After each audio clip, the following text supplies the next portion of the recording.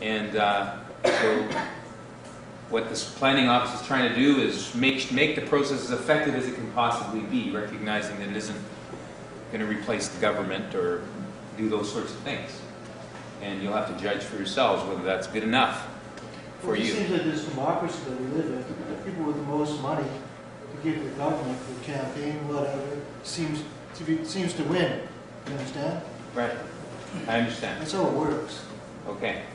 Go ahead.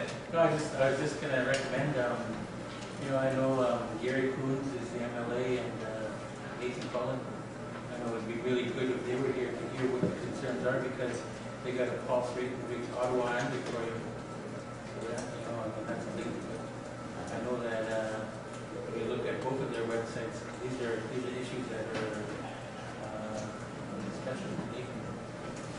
Great suggestion, and it fits in to exactly this point of how can we make the process more effective, and so involving and keeping those representatives up to speed, those political representatives up to speed, is one of the ways to make the process more effective. Last time I see Nathan was the last election. Right. Okay, Alex, do you want to say something? Yeah, I just wanted to mention to people that are not familiar with what's happening on the coast for First Nations. First Nations right now are developing marine use plans. Kelchuk is developing one. Kitasoo, most of the First Nations on the coast, Haida are developing marine use plans that reflect their values and their interests in terms of protecting the environment and protecting the fishery resource, fishing aquatic resource. So, and we have a very, very strong, I believe, a very strong arm in terms of ensuring that some of the things that this gentleman on the other side here mentioned about, paybacks or slide the brown envelope under the table or something like that. Part of the process of this whole process is that there's going to be a monitoring and you're going to look at what's happening with the planning process or with the implementation of this massive plan that we're talking about here. Is it working? Is it not working? Is there oil and gas thing happening out in, say, for example, on the Central Coast? Because Central Coast First Nations oppose oil and gas exploration, oil and gas pumping oil out of there, because it's too much of a threat or risk to our livelihoods, to our way of life. So we're quite strong on that. All First Nations on the coast have a similar thought, similar position on that. Thank you. Thank you. Okay, now we're going to dive in a little deeper, and some of the points that have been made are going to fit into as answers to the questions. Okay, go ahead. I want to say something. I hear it. I was wondering throughout your meetings, I don't see any representatives here for industry, like for herring. I focused on herring a lot in my opening remarks. And this is not going to be a walk in the park. Because industry runs DFO. There's no question about it. How are we going to deal with these people? Have you had any comments from industry people in these meetings that you're going around doing? I think we're going to probably come across a lot of negative things here. You know what? To my point, there's the same boat that went by from Chikatla. He's on the way home. He called our monitoring boat here. He questioned what the biomass was here. The biomass was given to him, and his response was, well, maybe we can go fishing next year. As far as I'm concerned, I don't want this place open for quite a few more years, because the cycle was broken.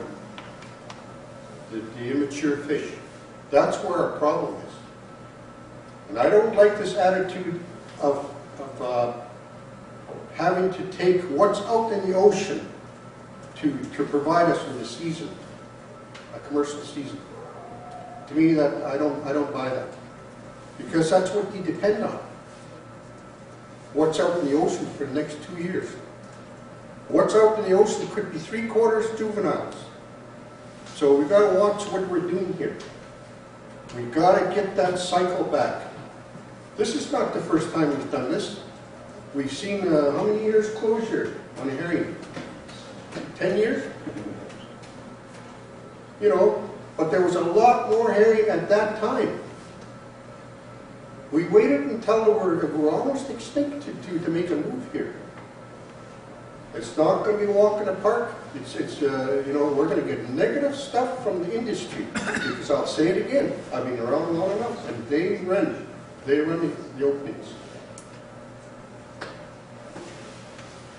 Right, so thank you for that. I think there's 2 points that are important in terms of how that relates to this process. So first of all, again, you asked where is industry. Definitely agree that in terms of how this process moves forward, that's an important part of the picture that needs to be in the process and at the table. And the other thing is that we also want to be asking questions about how do we ensure that decisions are made based on the best available science and based on local knowledge about these different resources. So this is part of what this is part of what's going to be an ongoing discussion, is how do we ensure that our decisions are well informed. And you have met with them.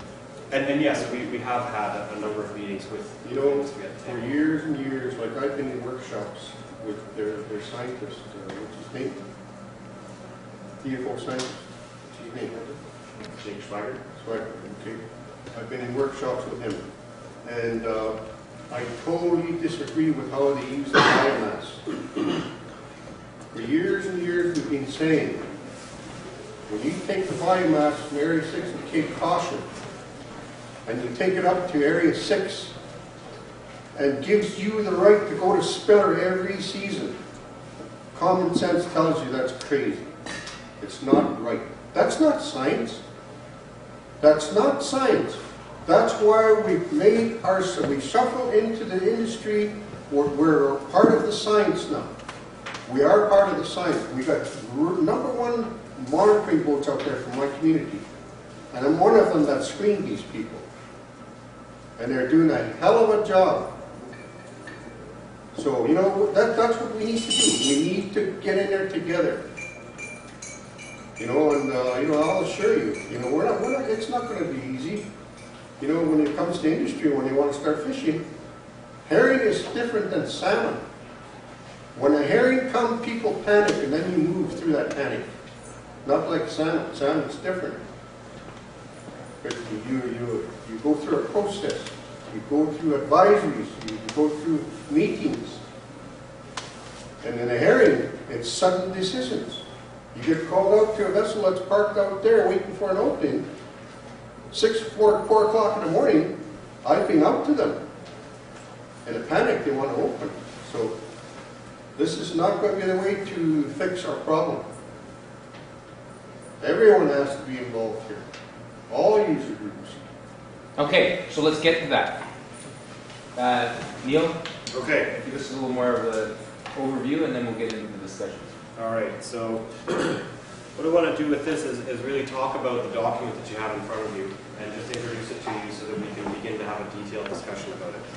So I'll tell you a little bit about where it came from and a little bit about what we've been hearing in terms of how to engage with people in this process. And then I'll speak to each one of those bubbles that was on the diagram that Alex showed earlier and tell you where we're going after this meeting. So where did this engagement strategy come from? Going back again to the PNCIMA forum that was held last March, one of the topics of discussion there was inviting different interested groups to tell us how they thought they should be engaged in the planning process. And so out of that, we had a series of follow-up meetings with industry, with First Nations, with all kinds of other interest groups in different parts of the coast. We've also spoken, just to make it sort of locally relevant, with regional districts, including the Central Coast Regional District. And out of all of that, we created a very early version of what you have in front of you and took that out to discussion with a bunch of different stakeholders. And this document that we drafted in the fall of 2009